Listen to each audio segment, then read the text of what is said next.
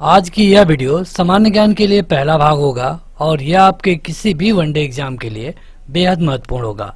यहाँ पे हम जो क्वेश्चन कवर करेंगे यह आपके नए एग्जाम पैटर्न के मुताबिक होगा, यानी कि यहाँ पे जो क्वेश्चन हम देखने वाले हैं ये थोड़े से हार्ड होंगे।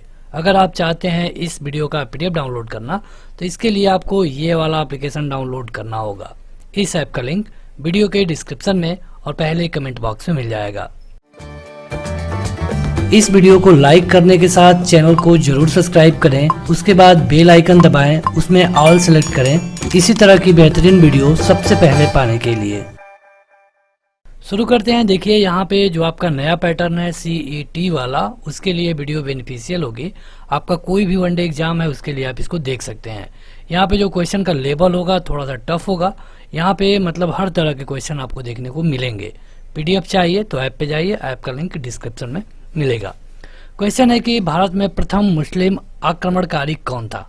पहला मुस्लिम आक्रमणकारी, क्योंकि आप देखेंगे तो करीब करीब 700 ईस्वी से लेकर के लगभग 1526 तक आक्रमणकारी आते रहे और इनमें से अधिकतर मुस्लिम थे।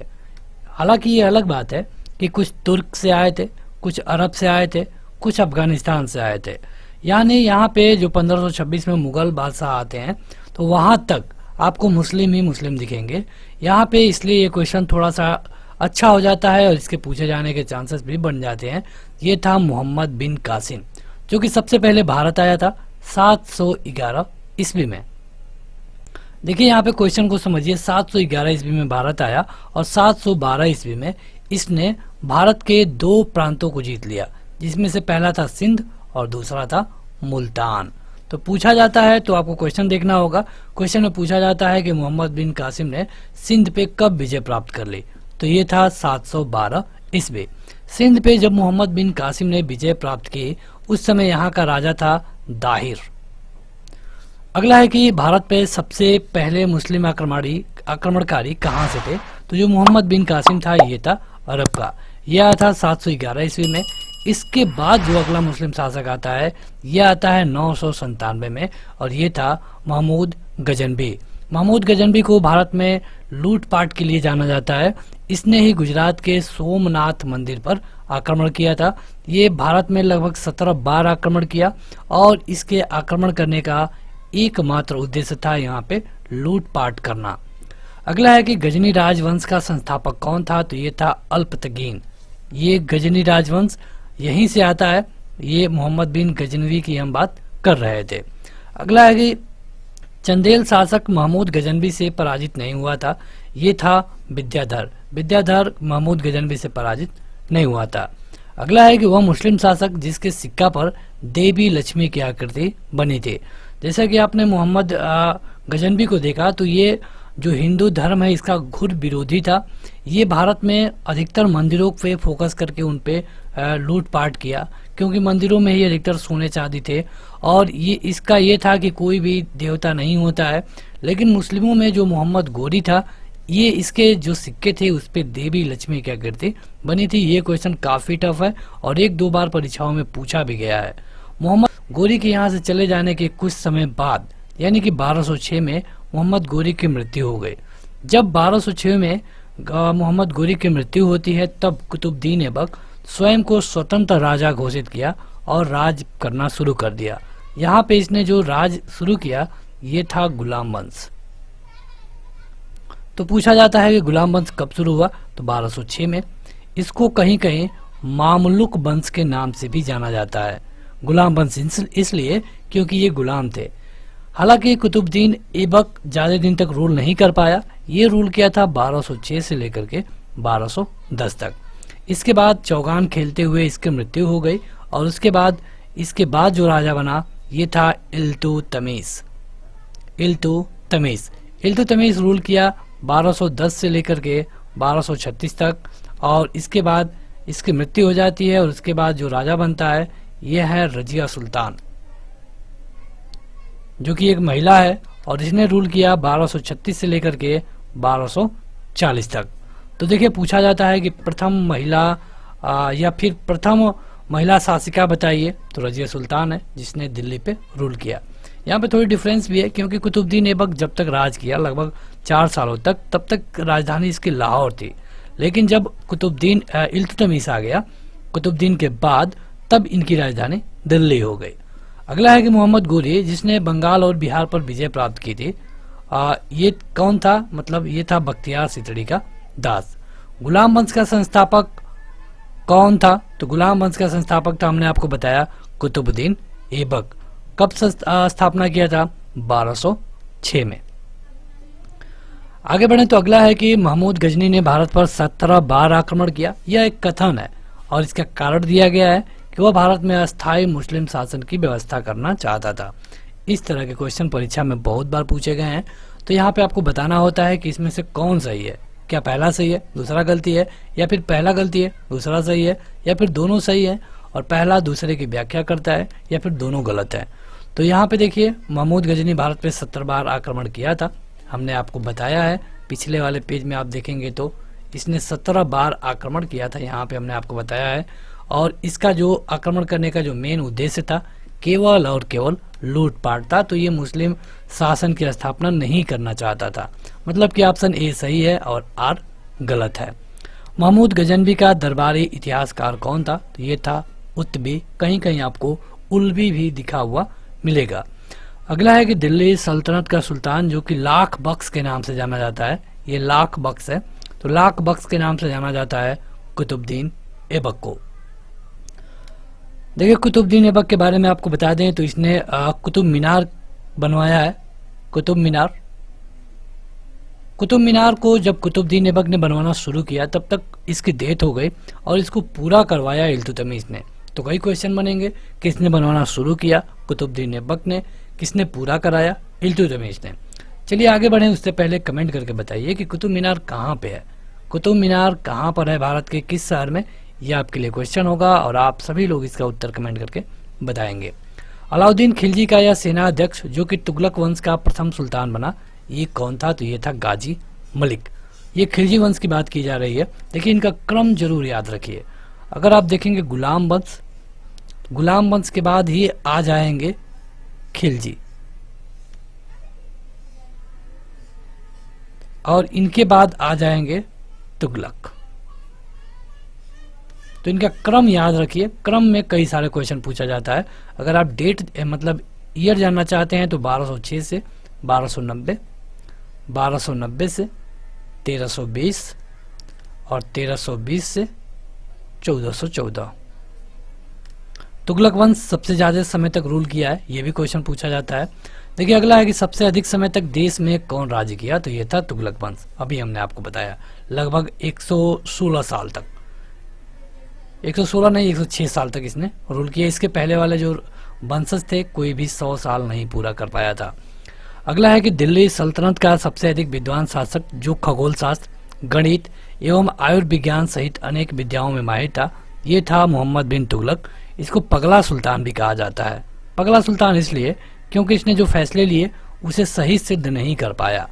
देखिए, यहाँ पे इसने कई सारे फैसले लिए थे, जैसे कि दिल्ली से अपनी राजधानी को दौलताबाद भेजना, जो कि एक तरफ से सही ही था, लेकिन उसे सही नहीं कर पाया और इसीलिए फिर उसे वापस लिया और पगला सुल्तान का नाम मिल गया। अगला है कि पुराणों का अध्ययन करने वाला प्रथम मुसलमान कौन था? तो ये था अल बरूनी। अगला है कि पैगंबर हजरत मोहम्मद साहब का जन्म कब हुआ था? देखिए, जन्मों से कई क्वेश्चन पूछे जाते हैं, चाहे वो हजरत मोहम्मद साहब का हो, या फिर बौद्ध धर्म में पूछा जाता है, या फिर जैन धर्म में पूछा जाता है। तो अगर पैगंबर हजरत मोहम्मद साहब का देखेंगे तो ये है 570 ईस्वी। बौद्ध धर्म में अगर आप भगवान बुद्ध का देखेंगे तो ये है 563 BC, मतलब बिफोर क्राइस्ट। और इसके बाद अगर आप जैन धर्म का देखेंगे तो ये है 599 BC।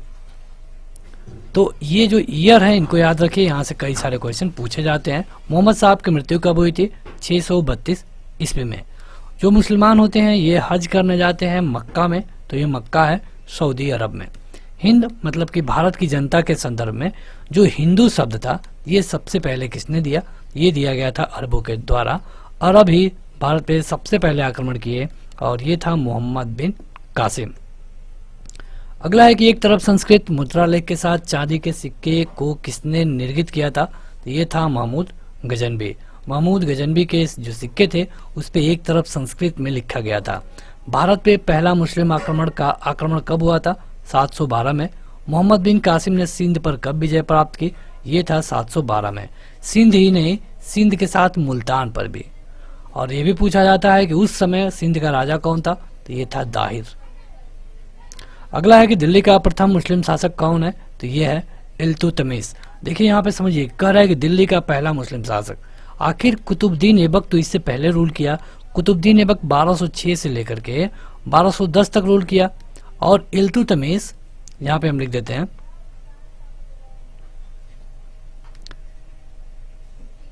इल्तुतमिश जो रूल किया ये 1210 से लेकर रूल किया 1236 तक। तो आखिर क्यों कहा जा रहा है कि इल्तुतमिश दिल्ली पर राज्य करने वाला पहला मुस्लिम शासक था? कारण यह है कि जब तक कुतुबुद्दीन ऐबक था तब तक इसकी राजधानी लाहौर थी, जो कि उस समय भारत का ही हिस्सा था।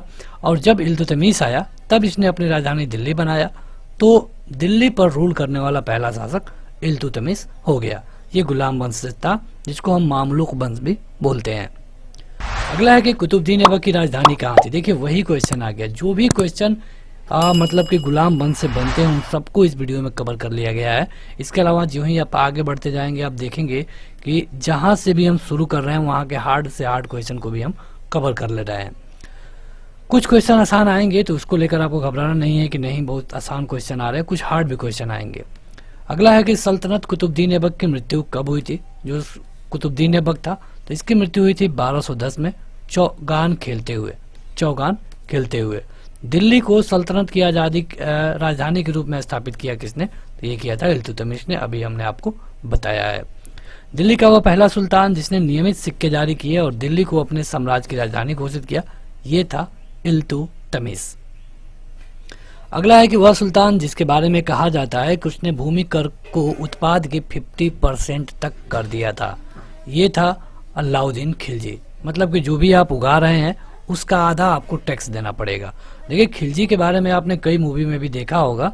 हालांकि हम ये नहीं कह रहे हैं कि मूवी में जो दिखाया जा रहा है वो सब कुछ सही है, लेकिन अगर आप मूवी देखते हैं तो आपको थोड़ा बहुत उसके कैरेक्टर के बारे में पता चल जाता है। अलाउद्दीन खिलजी था, ये अपने सगे चाचा को मार करके राजा बना था और ये कम समय तक राजा रहा लेकिन बहुत उत्पात मचाया।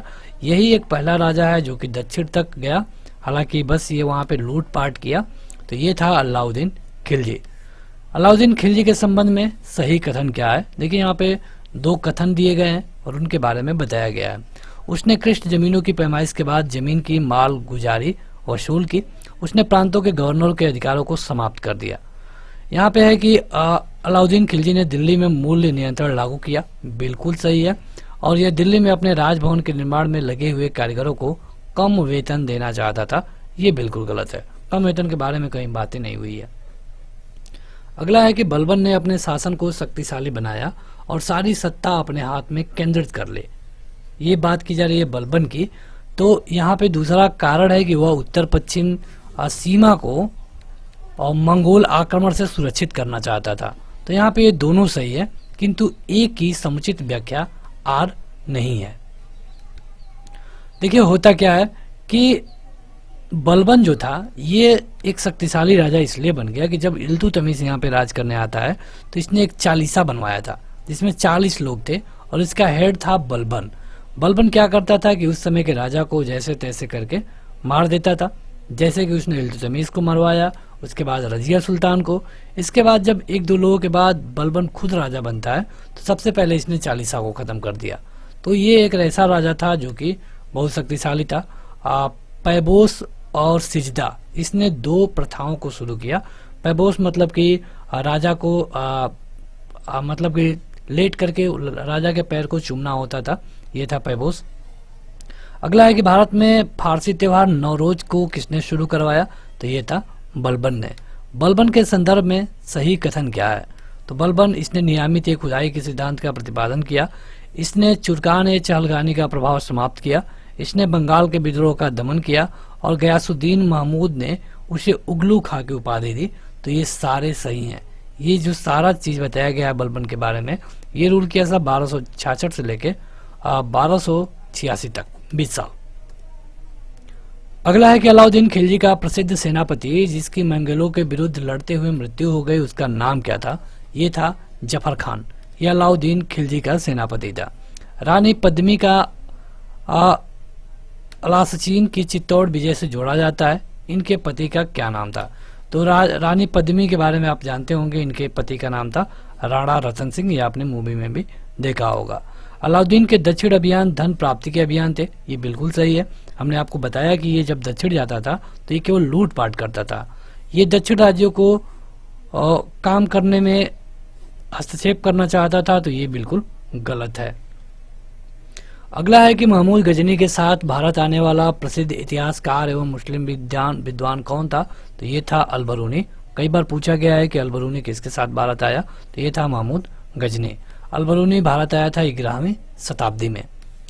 अगला है कि अलबरूनी के संबंध में क्या सही है? तो ये चारों सही है। वह एक धर्मनिरपेक्ष लेखक नहीं था, वह एक मुस्लिम लेखक था। उसका ग्रंथ उस समय के जीवन भारत से प्रभावित था। बिल्कुल उस समय जो भारत में हो रहा था उसी को लिख रहा था। वह संस्कृत का विद्वान था, संस्कृत भी आती थी उसको, और वह त्रिकोणमिति का विशेषज्ञ था, ये भी उसको आता था। अगला है कि अलाउद्दीन खिलजी के आक्रमण के समय देवगिरी का शासक कौन था? तो ये था रामचंद्र देव। देवगिरी ये दक्षिण भारत का है। हमने आपको बताया कि अलाउद्दीन खिलजी दक्षिण में आक्रमण करने लगा था। शाहनामा का लेखक फिरसौदी किससे संबंधित है? मतलब फिरसौदी किसके दरबार में रहते थे? ये रहते थे महमूद गजनबी के दरबार में। घड़ी अथवा घड़ी मतलब एक कर है, इसको लगाने वाला दिल्ली का पहला मुस्लिम शासक कौन था? तो ये था अलाउद्दीन खिलजी। घड़ी बोलते हैं इसको। 1306 के बाद अलाउद्दीन खिलजी के समय दिल्ली के सुल्तान तथा मंगोलों के बीच की सीमा क्या थी? मतलब 1306 में जब अलाउद्दीन खिलजी एक तरफ था तो दूसरी तरफ मंगोल थे, और इनकी जो सीमा थी ये थी सिंधु नदी।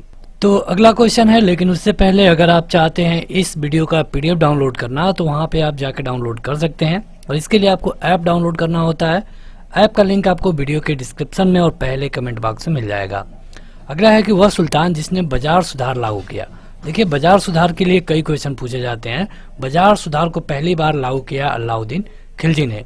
इसी बाजार सुधार को कई नाम से जाना जाता है, जैसे कि सार्वजनिक वितरण प्रणाली, या फिर इसको मूल्य नियंत्रण भी बोला जाता है। अगला है कि मूल्य नियंत्रण पद्धति को कौन लागू किया? तो ये था अलाउद्दीन खिलजी। बाजार नियंत्रण को किसने लागू किया? तो अलाउद्दीन खिलजी। देखिए, एक ही क्वेश्चन अलग अलग दोबारा इसलिए है क्योंकि इस तरह ये कई बार आपके परीक्षाओं में पूछा गया है। अगला है कि मध्यकालीन शासक जिसने सार्वजनिक वितरण प्रणाली शुरू की, तो ये था अलाउद्दीन खिलजी। अगला है कि मध्य एशिया का शासक जिसने 1192 में उत्तर भारत को जीता, ये था शिहाबुद्दीन मोहम्मद गोरी। इसने किसको हराया? तो पृथ्वीराज चौहान को। क्या आप कमेंट करके बता पाएंगे कि 1191 में कहां पे युद्ध हुआ था? ये युद्ध हुआ था पृथ्वीराज चौहान और मोहम्मद गोरी के बीच में, जिसमें पृथ्वीराज चौहान की विजय होती है। आपको कमेंट करके बताना है कि इस युद्ध को हम किस नाम से जानते हैं। मोहम्मद गोरी को सबसे पहले किसने पराजित किया था? तो मोहम्मद गोरी को सबसे पहले भीम द्वितीय ने या फिर मूलराज द्वितीय ने पराजित किया था। उसके बाद पृथ्वीराज चौहान ने पराजित किया तराइन के पहले युद्ध में। मोहम्मद गोरी ने जयचंद को कब पराजित किया? तो ये किया था चंदावर के युद्ध में। देखिए, आज भी जब मतलब कहीं किसी ऐसे व्यक्ति का नाम आता है जो मतलब कि धोखा दिया हो अपने लोगों को, तो हम कहते हैं कि वो तो जयचंद बन गया है। तो जयचंद की बेटी का जो विवाह था ये पृथ्वीराज चौहान से हो गया था, तो एक तरह से वो लव मैरिज था। तो यहाँ पे होता क्या है कि इससे जयचंद गुस्सा हो गया और जयचंद ने पृथ्वीराज चौहान के दुश्मन मोहम्मद गोरी का साथ दिया और 1192 में पृथ्वीराज चौहान को हरा दिया। लेकिन जयचंद को भी खुद हार का सामना करना पड़ा 1194 में मोहम्मद गोरी से ही, और ये युद्ध हुआ था चंदावर में। वह युद्ध जिसमें भारत में मुस्लिम शक्ति की स्थापना हुई, तो ये था तराइन का द्वितीय युद्ध 1192 में। भारत पर आक्रमण करने वाले व्यक्तियों का सही क्रम क्या है? तो पहले महमूद गजनबी, मोहम्मद गोरी, चंगेज खां और तैमूर। इससे पहले अगर आप जाएंगे तो मोहम्मद बिन कासिम। अगला है कि मंगोल पहली बार सिंधु के तट पे देखे गए थे, किसके शासनकाल में? तो ये था इल्तुतमिश। इल्तुतमिश कब से कब तक रूल किया? 1210 से लेके 1236 तक। ये गुलाम वंश का राजा था। चंगेज खान का मूल नाम क्या था? तो ये था तेमुचीन। इल्तुतमिश ने बिहार में प्रथम सूबेदार नियुक्त किया। किसको? ये था मलिक जानी को। रजिया बेगम को सत्ताच्युत करने में किसका हाथ था? मतलब कि रजिया बेगम को सत्ता से हटाने में। जैसे कि रजिया बेगम 1236 में राजा बनी और 1240 में मृत्यु हो गई, तो इसको मारने में जो तुर्क हैं उनका हाथ था। दिल्ली के सुल्तान बलबन का पूरा नाम क्या है? तो ये था गयासुद्दीन बलबन। अगला है कि कुतुबुद्दीन ऐबक द्वारा बनवाया गया 2.5 दिन का झोपड़ा क्या है? 2.5 दिन के झोपड़े को कुतुबुद्दीन ऐबक ने बनवाया, तो यह एक मस्जिद है। प्रसिद्ध कुतुब मीनार के निर्माण में किसका किसका योगदान है? तो जो कुतुब मीनार है इसका स्टार्टिंग करवाया कुतुबुद्दीन ऐबक ने, पूरा करवाया इल्तुतमिश ने। बाद में जब तुगलक वंश चल रहा था उस समय जो आकाशीय बिजली होती है इसने इसके ऊपर के 2 मालों को नुकसान पहुंचाया था और इसे सही करवाया फिरोज शाह तुगलक ने। मंगोल आक्रमणकारी चंगेज खां भारत की उत्तर पश्चिम सीमा पर आया था। किसके टाइम पीरियड पे? तो ये था इल्तुतमिश के समय पे। अपनी शक्ति को समेकित करने के बाद बलबन ने खुद को क्या कहा? तो जब बलबन और पावरफुल हो गया तो इसने अपने आप को जिले इलाही का नाम दिया। दिल्ली का वह सुल्तान जिसके विषय में कहा गया है कि उसने रक्त और लौ की नीति अपनाई, ये था बलबन। अगला है कि गढ़ मुक्तेश्वर की मस्जिद की दीवारों पर शिलालेख में स्वयं को खलीफा का सहायक किसने कहा है? तो बलबन ने कहा है स्वयं को क्या? खलीफा का सहायक। जब उसने राजत्व प्राप्त किया वह शरीयत के नियमों और आदेशों से पूर्णतः स्वतंत्र था। बर्नी ने यह कथन किस सुल्तान के लिए कहा है? तो ये था अलाउद्दीन खिलजी। मतलब ये पूरा मनमानी किया जब ये राजा बन गया। ये कहा गया है बर्नी के द्वारा, जो कि एक लेखक हैं, इतिहासकार हैं। वह सुल्तान जो कि नया धर्म चलाना चाहता था किंतु उलेमा के लोगों ने इसका विरोध किया, ये था अलाउद्दीन खिलजी। दिल्ली का सुल्तान जिसने सिकंदर सानी की उपाधि धारण की, तो ये भी था अलाउद्दीन खिलजी। तो बस आज की इस वीडियो में इतना ही। वीडियो को लाइक करने के साथ आपसे जो क्वेश्चन पूछे गए हैं उनका उत्तर कमेंट करके जरूर बताएं। आप इस ऐप पे जाके इसका PDF डाउनलोड कर सकते हैं और इसको लाइन बाय लाइन भी पढ़ सकते हैं। आज की इस वीडियो में इतना ही। Thank you.